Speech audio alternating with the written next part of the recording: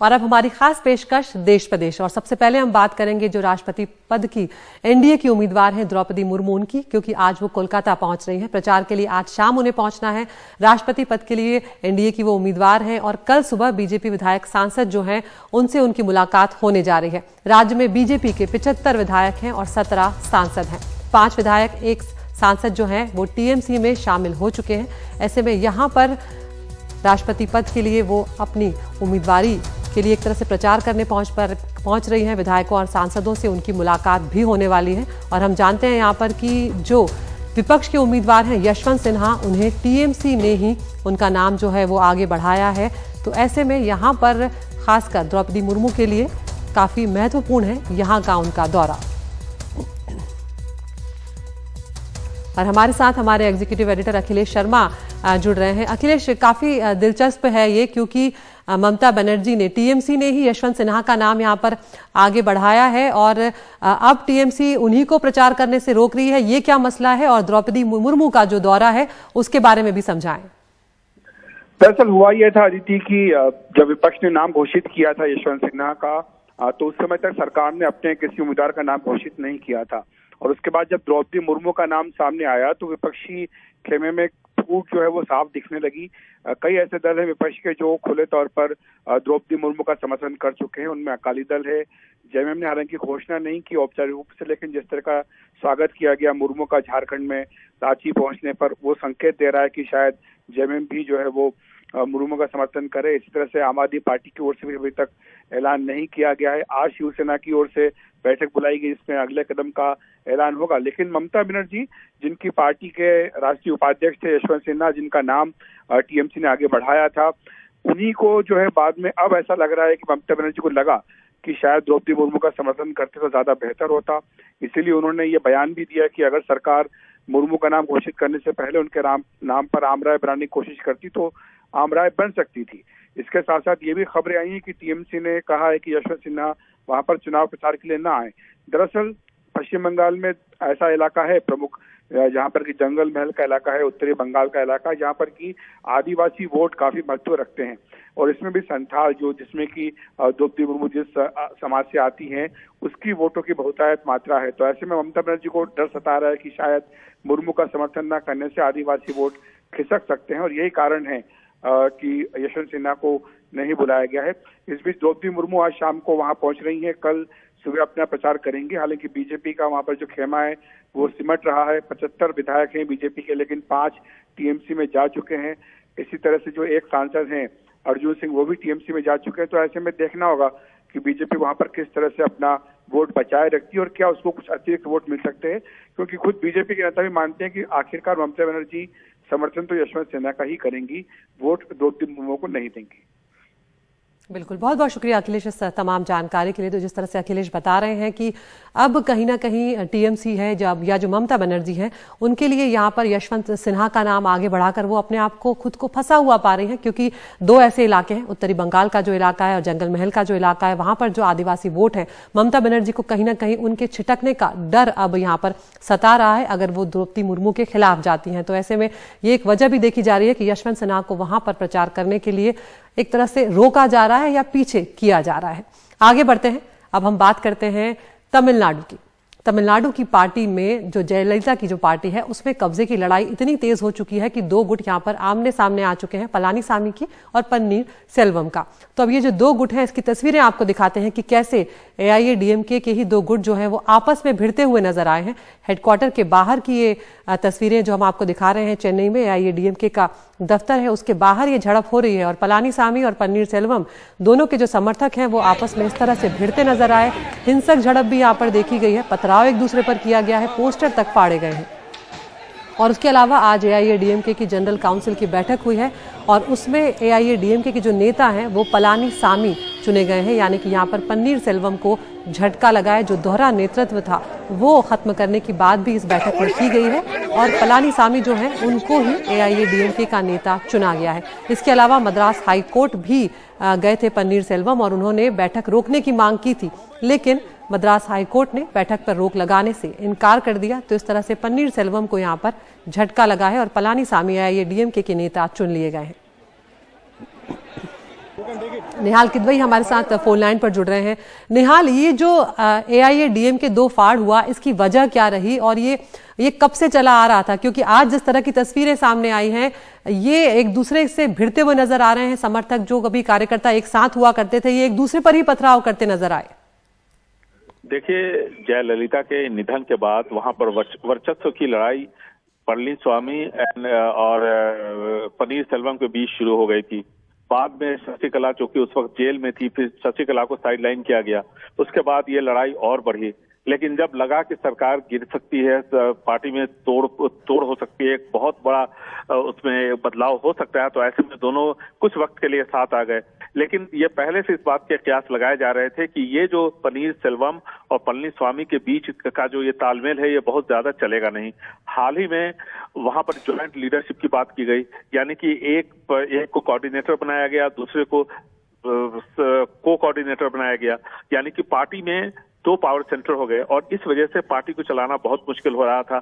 हाल में जितने भी चुनाव हुए हैं, सब में AIADMK की हार हुई है और जाहिर है कि इसका फायदा DMK को हुआ। DMK काफी मजबूत होती गई और इसी वजह से एक इस बात की जरूरत महसूस की जा रही थी कि वहां पर एक शख्स होना चाहिए जो पार्टी को लीडरशिप दे। क्योंकि जयललिता जब थी तो वो सर्वोच्च नेता थी और उनके बाद वहां पर कामकाज शशिकला देखती थी। लेकिन जब कभी भी जयललिता बीमार पड़ी या जेल गई, तब पनीरसेल्वम उनका एक नेचुरल हेयर यानी एक उत्तराधिकारी के तौर पर सामने आए और वो हमेशा जयललिता के विश्वास पात्र बने रहे। जयललिता ने हमेशा उनको तरजीह दी और हम 3 बार वो मुख्यमंत्री बनाए गए जयललिता के कहने पे। ऐसी सूरत में पनीरसेल्वम को लगता है कि उनको पार्टी की कमान सौंप देनी चाहिए, लेकिन पळनिस्वामी के साथ जो पूरा कार्य है पार्टी का, वो पनीरसेल्वम के साथ उस मजबूती के साथ खड़ा हुआ नहीं है जैसा कि पळनिस्वामी के साथ है। और इसी का फायदा ये पळनिस्वामी को अच्छे तरीके से पता है और इसी का फायदा उन्होंने उठाया।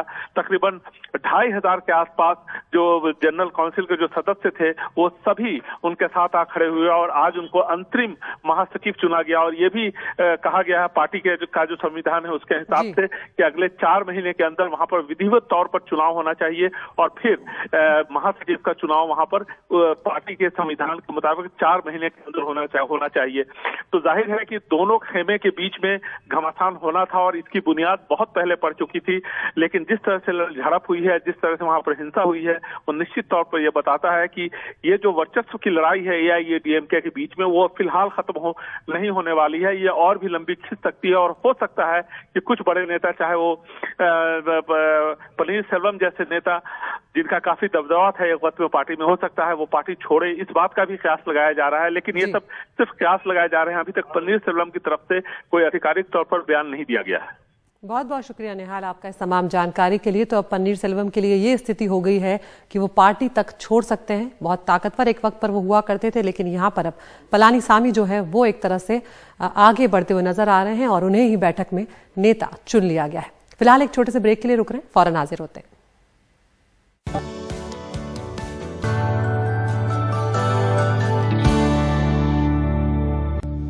गुजरात के कई शहरों में मानसून की बारिश ने तबाही मचा दी है। कई शहरों में भारी बारिश की वजह से सड़कों पर सैलाब सा नजारा देखने को मिल रहा है। नदियों में तब्दील हो गई हैं सड़कें। राज्य का जो कुछ इलाकों के नाम आपको बताएं तो छोटा उदयपुर, डांग, नर्मदा, वलसाड, नवसारी और पंचमहल सबसे ज्यादा प्रभावित हुए हैं बारिश के चलते।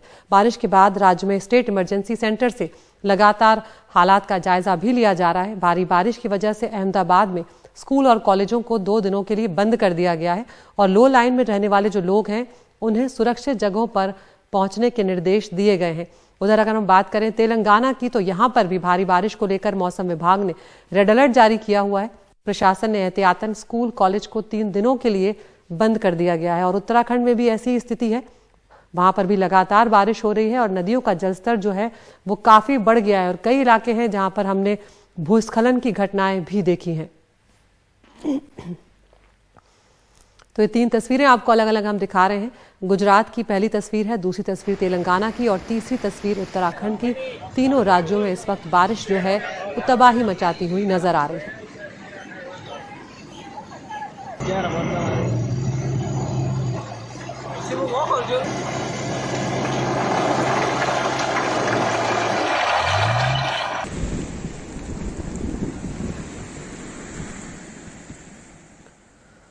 और ये आपको हम गुजरात के वलसाड की तस्वीरें दिखा रहे हैं। एरियल शॉट है, आप अंदाजा लगा सकते हैं उससे कि चारों तरफ सिर्फ पानी ही पानी नजर आ रहा है। वलसाड में जो औरंगा नदी है उसका जलस्तर बढ़ गया है और जिससे निचले इलाके हैं जो वहां पर जल भराव देखने को मिल रहा है। लोगों के घरों तक में पानी घुस गया है जिससे उन्हें खासी दिक्कतें आ रही हैं और यहाँ पर अब एनडीआरएफ की टीमों को लगा दिया गया है। लेकिन आप देख सकते हैं कि यहाँ पर बोट चल रही हैं रिहायशी इलाकों में, यानी कि जलस्तर जो है वो बहुत बढ़ चुका है। काफी दिक्कतें यहाँ लोगों को झेलनी पड़ रही हैं। इसके अलावा अगर हम दूसरी तस्वीरें आपको दिखाएं तो वो है गुजरात के छोटा उदयपुर की, जहां पर भारी बारिश से नसवाड़ी तहसील के जो पसलाना और इसके अलावा काली डोली है उसके बीच में एक पुल जो है वो गिर गया है, जिसकी तस्वीरें आप देख रहे हैं। इसकी वजह से दोनों कुछ इलाके जो हैं एक दूसरे से संपर्क उनका टूट गया है और पुल के गिरने की वजह से अब लोगों को परेशानियां भी यहाँ पर झेलनी पड़ रही हैं।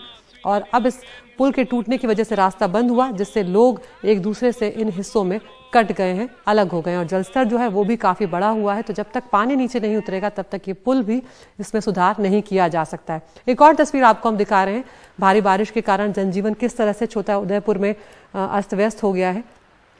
तो जिस तरह की बारिश यहाँ पर हो रही है, लगातार जल भराव अच्छा खासा यहाँ पर हो गया है, लोगों को आने जाने में दिक्कतें हो रही हैं और हम देख रहे हैं कि घुटनों घुटनों तक लोगों के पानी भरा हुआ है। जब ऐसी स्थिति पैदा होती है तो जो रोजमर्रा की चीजें हैं उन्हें करने में भी काफी दिक्कतें आती हैं।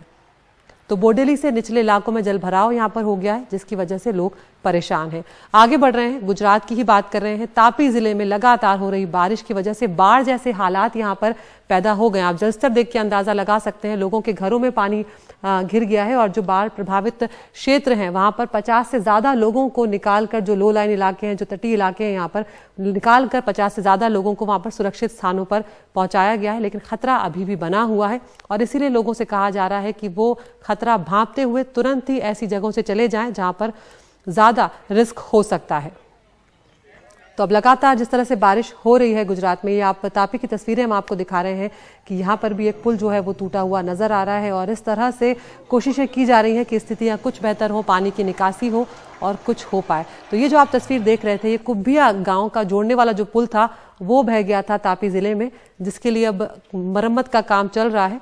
और इसके अलावा जो पंचोल और कुब्बिया गांव है वो जोड़ने वाला ये पुल था जो टूटा है और इसके चलते अब लोग एक बार फिर परेशानी में हैं।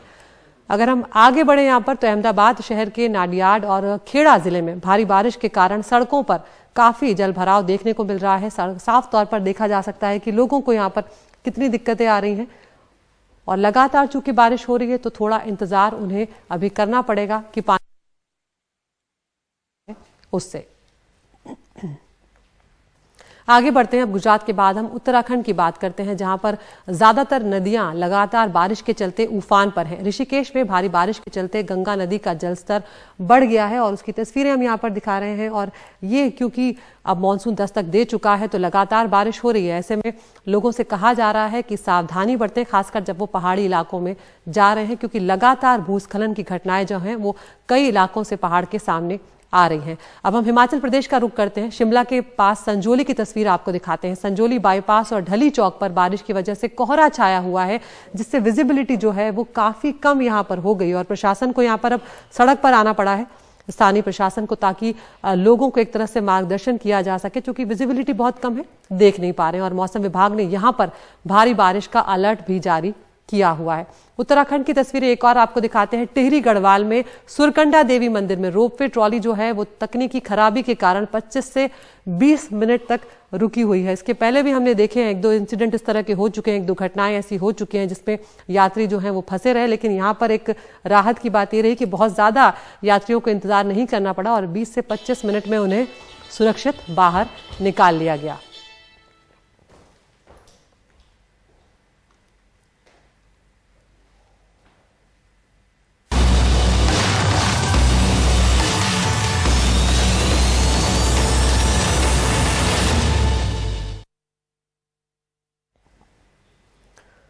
और अब अमरनाथ यात्रा की बात करते हैं। शुक्रवार को यात्रा के दौरान जो हादसा हुआ उसमें 16 लोगों की जान चली गई है और कई लोग अब भी लापता हैं। इस हादसे के बाद से 40 लोग ऐसे हैं जिनकी अभी भी तलाश की जा रही है और उनकी कोई जानकारी नहीं मिल पाई है। हादसे के बाद से पहलगाम और बालटाल दोनों जगहों से यात्रा को रोक दिया गया था, लेकिन अब पहलगाम से यात्रा फिर से शुरू हो गई है, जबकि बालटाल वाला जो रास्ता है वहां पर यात्रा को अभी भी स्थगित रखा गया है। इसके अलावा हेलीकॉप्टर सेवा भी शुरू हो गई है, क्योंकि हम जानते हैं कि बहुत बड़ी तादाद में लोग रजिस्ट्रेशन यहाँ पर करवाते हैं यात्रा के लिए, तो कई ऐसे लोग हैं जो पहुंच गए हैं और उन्हें इंतजार भी करना पड़ रहा है। और इस बीच ये जो तस्वीरें आप देख रहे हैं हादसे की, नया वीडियो यहाँ पर सामने आया है जिसमें साफ देखा जा सकता है कि ये सैलाब कितना तेज था। पिछले हफ्ते शुक्रवार की शाम अमरनाथ गुफा से ऊपर की जो पहाड़ियां हैं वहां पर भारी बारिश के बाद पानी एक पहाड़ी नाले के रास्ते से काफी तेजी से नीचे आया था।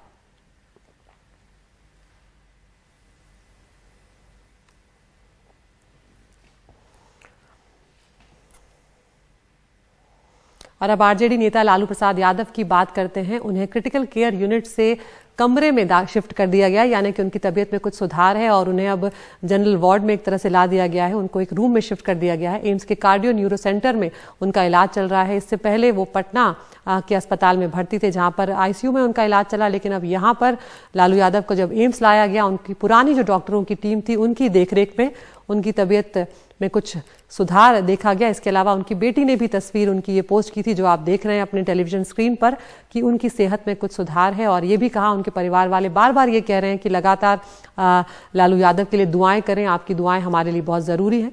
तो 6 जुलाई शाम को पटना से एयर एम्बुलेंस के जरिए लालू यादव को दिल्ली लाया गया था, एम्स अस्पताल में भर्ती कराया गया। 3 दिन पहले ऑक्सीजन सपोर्ट भी उनका हटा दिया गया था और वो सहारा लेकर चल भी पा रहे हैं। दरअसल पटना में अपने घर की सीढ़ियों से लालू यादव गिर गए थे, जिसके बाद पटना के पारस अस्पताल में उनको दाखिल करवाना पड़ा था। इसके अलावा किडनी और हार्ट की बीमारी से वो पुराने लंबे वक्त से जूझ रहे हैं और अब जिस तरह से एम्स के देखरेख में इलाज हुआ, उनकी तबीयत में काफ़ी सुधार यहाँ पर नजर आ रहा है। एम्स के डॉक्टरों के सुझाव के बाद अब उन्हें इलाज के लिए सिंगापुर जाना होगा, ये जानकारी यहाँ पर सामने आ रही है। लेकिन फिलहाल वो आईसीयू और सीसीयू में थे, उसके बाद अभी उन्हें कमरे में शिफ्ट कर दिया गया है। परिमल कुमार हमारे साथ फोन लाइन पर जुड़ रहे हैं। परिमल, बेहतर नजर आ रही है लालू जी की तबीयत, अब सुधार है, लेकिन सिंगापुर जाने को जो डॉक्टरों ने कहा है उसकी क्या वजह है? नहीं, देखिए, डॉक्टरों ने ये बात नहीं कही थी। दरअसल तेजस्वी यादव ने पटना में पत्रकारों को संबोधित करते हुए ये बात कही थी जब वो पारस हॉस्पिटल में एडमिट थे कि बेहतर इलाज के लिए 15 दिनों बाद हमें सिंगापुर ले जाना था। लेकिन अचानक जब घर में उनकी तबीयत बिगड़ी सीढ़ियों से गिरने के बाद, तो उन्हें पारस अस्पताल में एडमिट करवाया गया। और उसके बाद परिवार का यह भरोसा था कि एम्स में ही बेहतर इलाज हो सकता है, क्योंकि एम्स में पुराने वक्त से लालू प्रसाद यादव जी का इलाज चल रहा था और यही बड़ी वजह थी कि डॉक्टर जो देख रहे थे उनके पास उनको लाया जाए पारस हॉस्पिटल से। तो हमने देखा कि 6 जुलाई को शाम में एयर एम्बुलेंस के जरिए उनको लाया गया और तेजस्वी ने तब भी साफ किया था कि डॉक्टर एक बार सहमति दे देंगे अपना एम्स में, जब रिकवर कर जाएंगे, वहां पर बहुत हालात जब सुधर जाएंगे, तब हम जो प्लान किए हुए हैं इलाज को लेकर, सिंगापुर जाने को लेकर, वो हम करेंगे।